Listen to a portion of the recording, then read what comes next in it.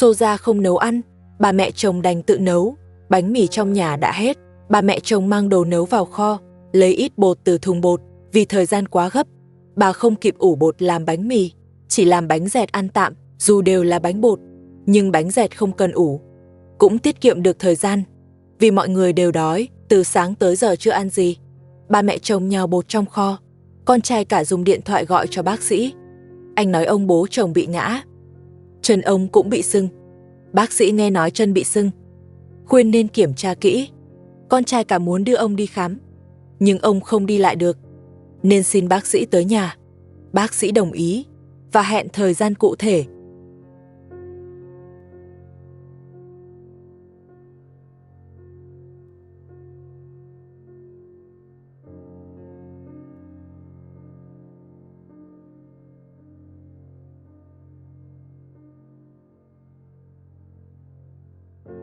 Cúp điện thoại xong, con trai cả đề nghị đưa ông ra ngoài.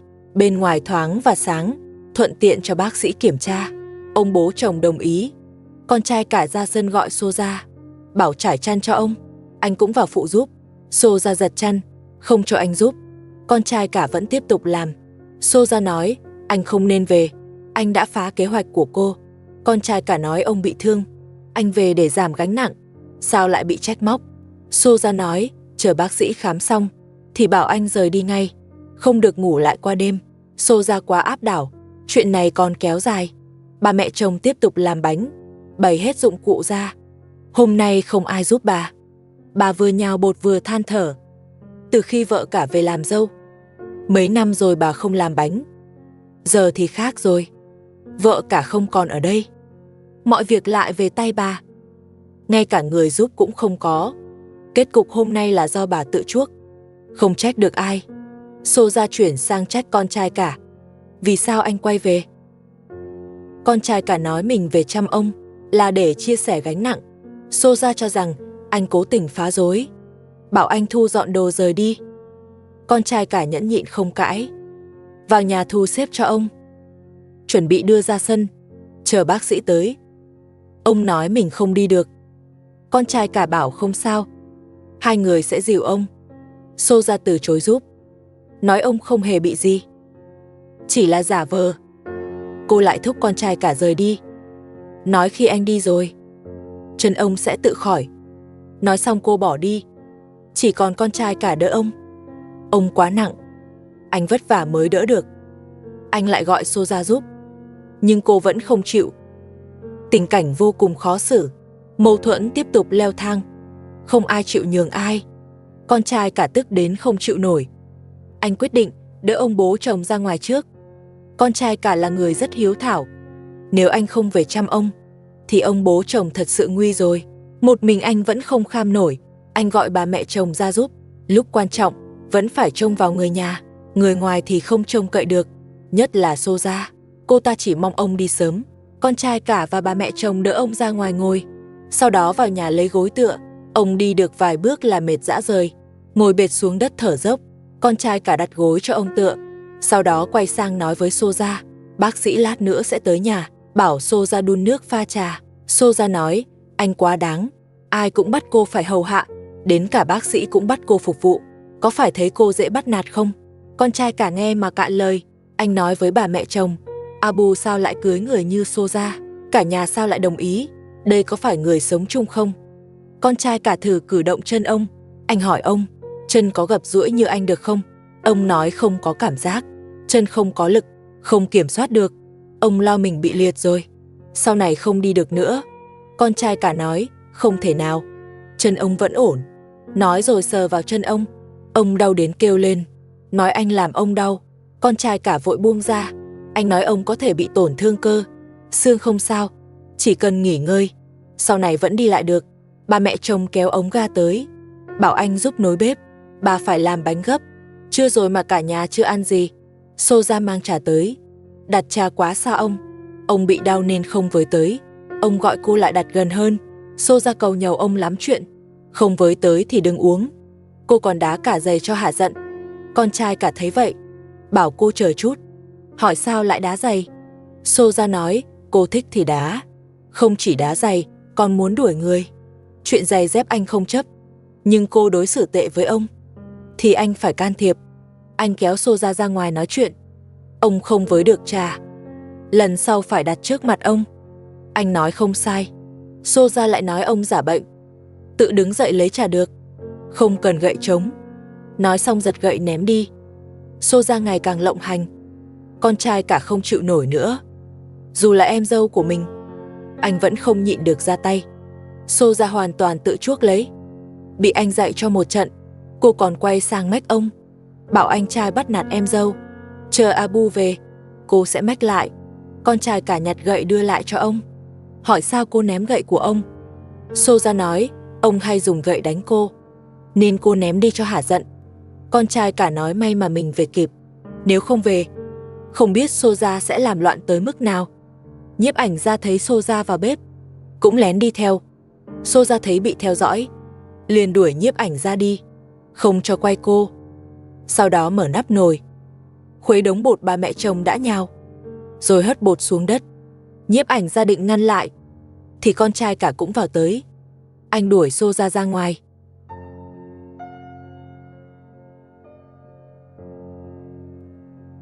Soja thật sự rất xấu xa. Cô ta lén vào kho làm chuyện xấu, còn nhắc nhiếp ảnh gia đừng quay. Cô mở nắp nồi dưới đất, rồi hất chỗ bột bà mẹ chồng nhào xuống thẳng sàn nhà. Nhiếp ảnh gia đưa tay ngăn lại. Soja mắng anh nhiều chuyện, còn định đuổi anh đi. Đúng lúc đó con trai cả bước vào. Anh không còn khách sáo với Soja.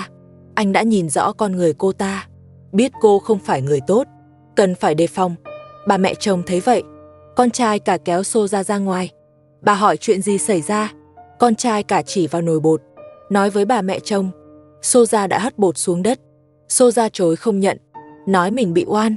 Con trai cả chỉ xuống đất bảo xem. Bà mẹ chồng lúc này mới tin. Lần này chỉ là đổ bột, nếu bỏ thuốc thì hậu quả khó lường. May có nhiếp ảnh gia đi theo. Ông bố chồng nên quyết đuổi Soja.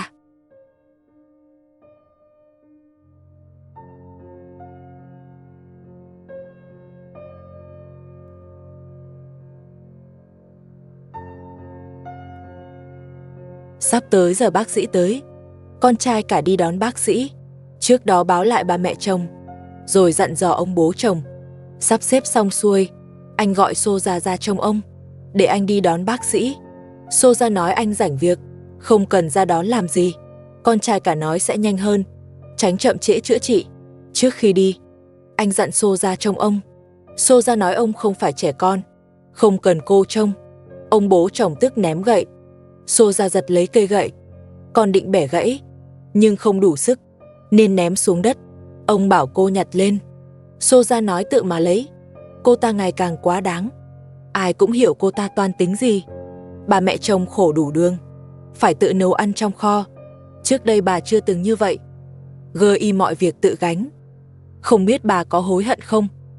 Ông bố chồng gọi Soja không được, đành nhờ nhiếp ảnh gia nhặt gậy đưa cho ông. Ông dọa đợi khỏi sẽ xử cô. Soja chỉ cười khẩy. Bác sĩ được con trai cả dẫn tới. Anh chỉ ông là bệnh nhân. Bác sĩ bắt đầu kiểm tra, hỏi chỗ đau. Ông nói đau ở chân.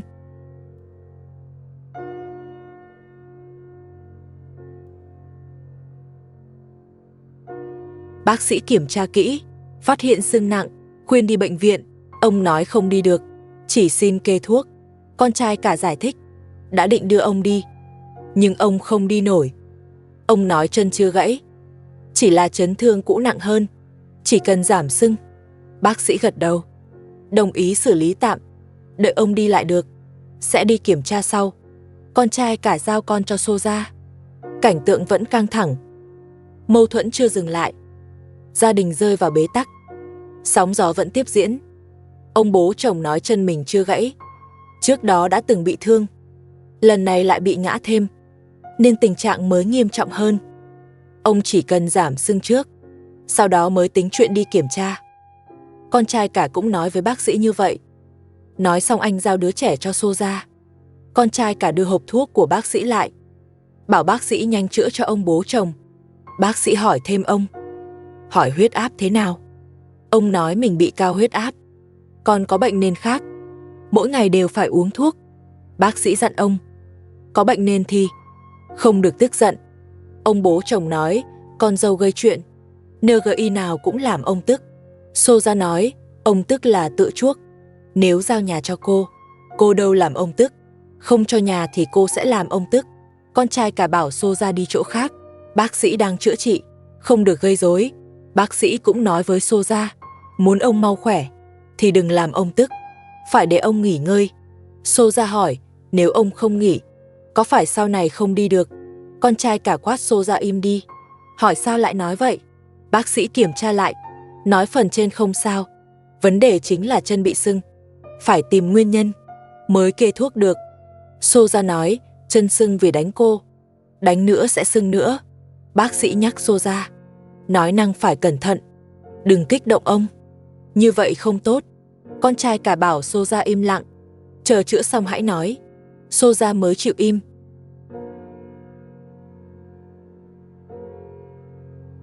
Ông không đi viện được. Bác sĩ quyết định truyền dịch. Soja lại cầu nhau, không cho truyền dịch, đòi kiểm tra trước. Không kiểm tra mà chữa. Có chuyện thì tìm cô. Con trai cả quát cô im. Ông thế này sao đi kiểm tra? Soja không nói nữa. Ngồi một bên nhìn. Bà mẹ chồng vẫn làm bánh trong kho. Trong đó rất nóng. Bà còn quấn khăn đầu. Mồ hôi nhễ nhại. May bánh gần xong. Bác sĩ truyền dịch cho ông. Bảo con trai cả đứng trông. Một lúc sau, bà mẹ chồng mang bánh ra. Hỏi con trai cả có đói không? Anh nói chưa đói. Đợi xong việc của ông rồi ăn. Bà bảo mang bánh ra trước. Soja nghe có bánh, liền đi rửa tay.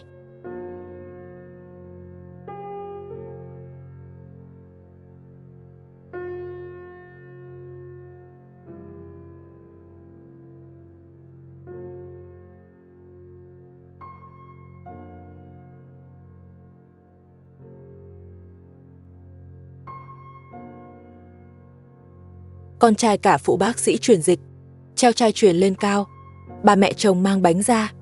Soja rửa tay xong, cầm bánh ăn luôn. Bà mẹ chồng không nói gì. Bà gọi con trai cả ăn bánh, bảo anh ăn. Anh vẫn từ chối, tiếp tục phụ bác sĩ. Mạch máu ông rất nhỏ, truyền không thuận. Bác sĩ điều chỉnh nhiều lần mới ổn định. Bác sĩ pha thuốc, rồi bơm vào chai truyền. Bác sĩ làm rất cẩn thận, đưa kim tiêm cho con trai cả, bảo vứt đi tránh nhiễm bẩn. Bà mẹ chồng và Soja ngồi nhìn. Soja vẫn ăn bánh, kệ việc chữa trị của ông.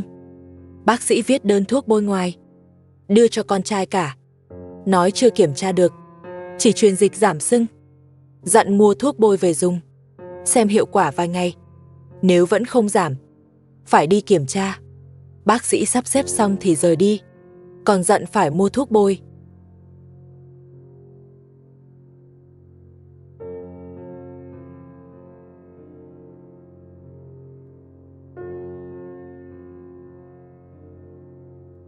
Con trai cả tức đến mức muốn ra tay với Soja. Chuyện bắt đầu từ buổi sáng. Con trai cả mua thuốc bôi cho ông bố chồng. Anh còn mua thịt bồi bổ cho ông. Đó là thịt gà. Anh để tất cả trong bếp. Soja thấy thịt thì mừng rỡ. Cô cắt thịt thành từng miếng nhỏ, chuẩn bị đem nướng. Khi con trai cả định bôi thuốc thì không thấy thuốc đâu. Anh liền hỏi Soja, hỏi thuốc để đâu rồi? Soja nói không biết. Cô chỉ thấy thịt không thấy thuốc. Gặp người như vậy anh cũng bó tay. Con trai cả chỉ vào hộp thuốc trên tủ, hỏi có phải ở đó không? Soja vẫn nói mình không thấy, bảo anh tự tìm. Cuối cùng anh vẫn tìm được thuốc. Soja rõ ràng cố tình gây sự, chỉ muốn ông bố chồng không hồi phục.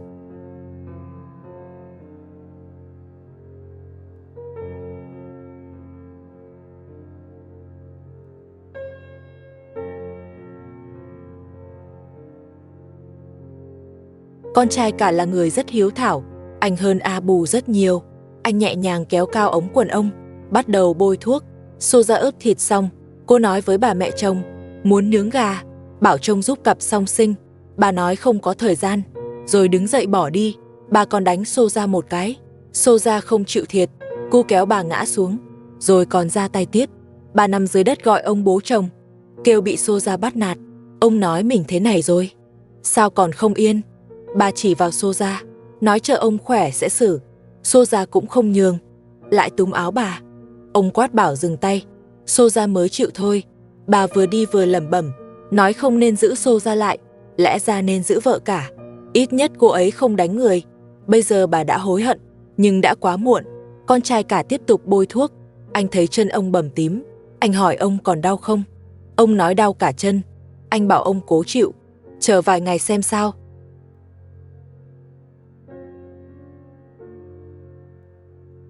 Nếu không đỡ sẽ đi viện. Soja nói ông già rồi, không cần kiểm tra nữa. Không đi được thì cứ nằm, bảo ba mẹ chồng chăm ông. Ông nói mình sẽ khỏi, khi khỏi sẽ xử Soja. Soja cười đáp lại, nói ông cứ khỏe đi đã. Nếu còn dám động vào cô, ông sẽ ngã thêm lần nữa. Chân còn nặng hơn bây giờ. Không thể phủ nhận. Soja nói, chuyện rất độc, cố tình chọc giận ông. Ông tức đến thở không ra hơi. Soja lại tỏ ra đắc ý.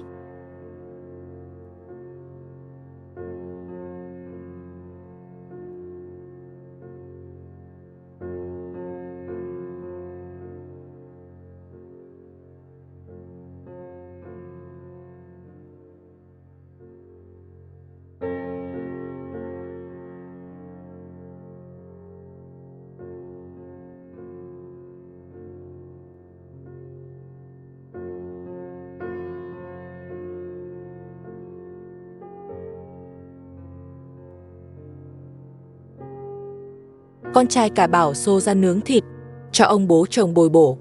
Soja nói, cô không có nghĩa vụ. Ông bố chồng bảo cô đi nấu ăn xong mới mau hồi phục. Soja đáp lại, đói thì bảo ba mẹ chồng nấu.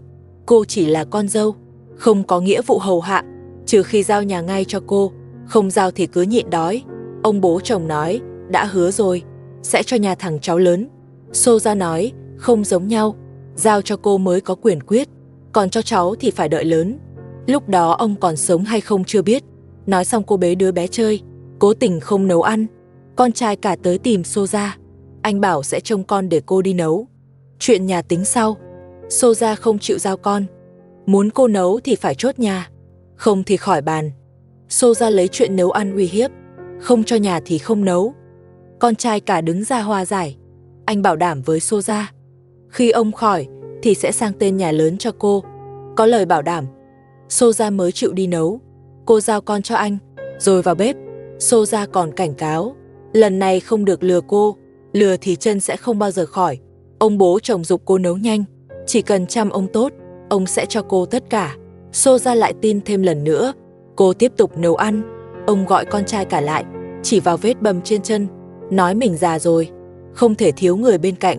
Abu không có nhà, muốn con trai cả ở lại chăm. Con trai cả nói, có việc làm ăn xa, không thể ở lâu, còn phải nuôi gia đình, mong ông hiểu. Ông bố chồng không đồng ý, bắt anh ưu tiên chăm ông, việc bên ngoài gác lại. Con trai cả nói, sẽ cố ở thêm vài ngày, đợi ông ổn hơn. Soja bảo anh nên đi làm, cô tự lo được. Con trai cả không đi, muốn ở lại giúp, sợ cô quá tải. Soja đại diện Abu, anh cũng đại diện bản thân. Soja giục anh mau rời đi, nói nhà không cần anh.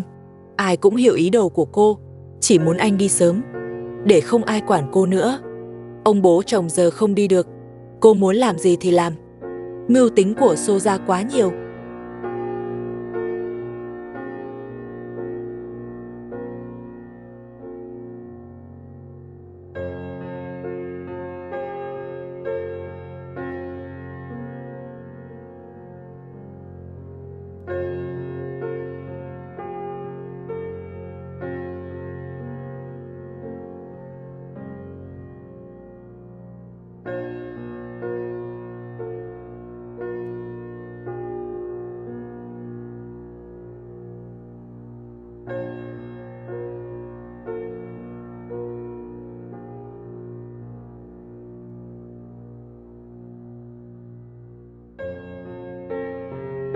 Soja bưng thịt gà ra ngoài nướng. Lúc đi ngang qua bà mẹ chồng, cô mỉa mai bà lười biếng không chịu làm việc, còn nói bà ở nhà chỉ là đồ thừa. Xem ra hai người lại sắp cãi nhau. Quả nhiên khi Soja đang nhóm than, bà mẹ chồng đã tới. Bà bất ngờ lao ra từ phía sau đánh Soja. Con trai cả biết sắp đánh nhau, anh cũng từ trong nhà đi ra.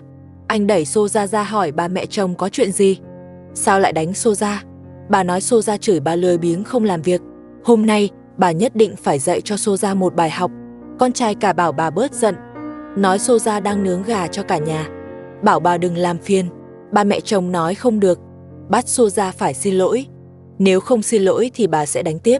Ba mẹ chồng cũng thật nhiều chuyện, trong nhà đã đủ loạn rồi, bà còn chen vào gây rối. Đoạn này đúng là rất kịch tính.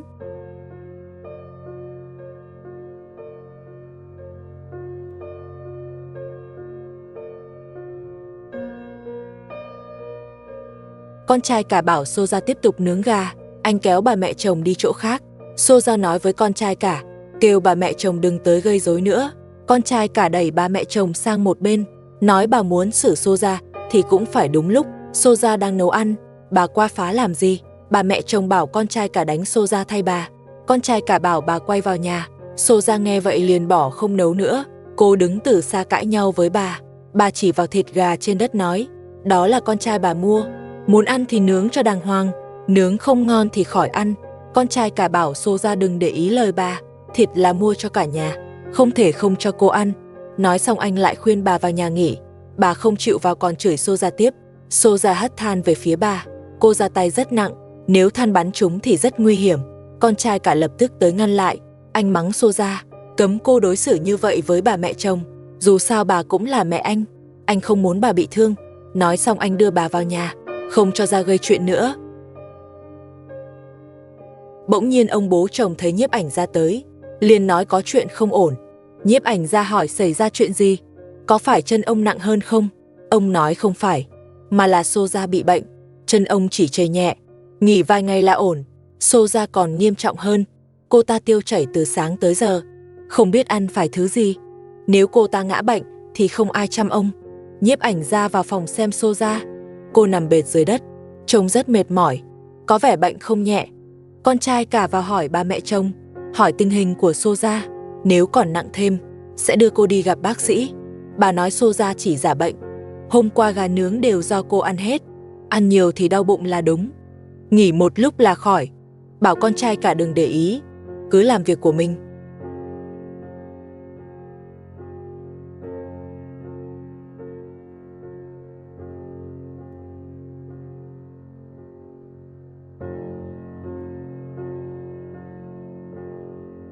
Con trai cả dặn ba mẹ chồng, bảo bà để ý tình trạng của Soja, có chuyện gì thì gọi anh.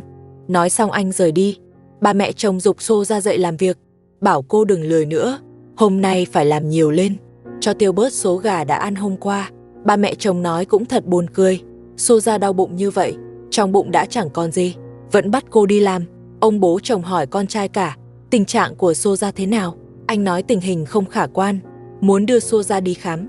Ông bố chồng đồng ý, nói Soja dù không khỏe, nhưng còn hai đứa nhỏ cần chăm, lại còn phải lo việc nhà, nên phải chữa sớm.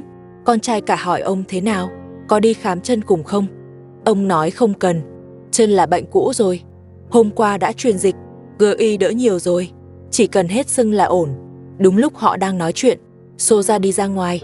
Ông bố chồng bảo con trai cả hỏi ba mẹ chồng, xem Soja đi đâu. Anh vừa định đi tìm, thì ba mẹ chồng cũng đi ra. Ông bố chồng hỏi bà, Soja đi làm gì? Bà nói không biết, nên đi theo xem. Soja rõ ràng đang bị bệnh, bà mẹ chồng lại nói cô giả vờ. Bà kéo Soja dậy, bắt đi làm việc. Soja ngồi bệt xuống đất, cô nói với bà, mình vừa tiêu chảy vừa sốt, xin bà buông tha, đừng làm khó nữa. Bà mẹ chồng vẫn khăng khăng, nói Soja giả bệnh, gà nướng hôm qua cô ăn hết, nên phải làm nhiều hơn, không phải bệnh, mà là ăn nhiều không tiêu, bắt cô đứng dậy làm việc. Đúng lúc đó con trai cả đi ra, anh bảo bà đừng làm khó Soja nữa, cô ấy thật sự bị bệnh. Bà mẹ chồng không tin, nói Soja chỉ muốn trốn việc, giao cho bà xử là được, bà sẽ bắt cô làm. Nói xong còn cầm gậy định đánh. Bà mẹ chồng và Soja đúng là oan gia, cứ làm tổn thương nhau, coi như trả thù thay vợ cả. Bà mẹ chồng mắng Soja chỉ ăn không làm, thịt gà hôm qua cho cô ăn phí công, ăn xong cũng chẳng làm việc. Con trai cả chỉ Soja cho bà xem, bảo nhìn sắc mặt cô ấy, mặt vàng vọt rõ ràng, chắc chắn là bệnh thật, bảo bà đừng ép làm nữa. Nhưng bà không nghe, vẫn khăng khăng không tin, cứ nói Soja giả vờ. Soja hiểu rõ ý bà, cô nói dù bà biết mình bệnh, bà vẫn sẽ bắt đi làm, bà đang trả thù cô. Bà mẹ chồng thừa nhận, mình chính là muốn trả thù, bất kể Soja có bệnh hay không.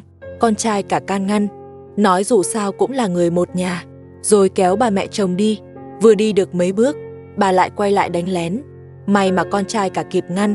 Soja nôn rất dữ dội, cô nằm sấp trên đất, trông giống như ngộ độc thực phẩm. Con trai cả chỉ Soja cho bà xem, nói rõ ràng cô thật sự bị bệnh. Anh quyết định đưa Soja đi bác sĩ, bảo bà mẹ chồng ở nhà trông ông bố chồng và cặp song sinh. Bà mẹ chồng không cho đi, nói bà không trông nổi song sinh, cấm con trai cả đi. Bà mẹ chồng cấm con trai cả rời đi, nói bà không thể trông nổi hai đứa nhỏ. Nếu anh đi thì nhà sẽ loạn. Con trai cả nói ưu tiên chữa bệnh, không thể để Soja nguy hiểm.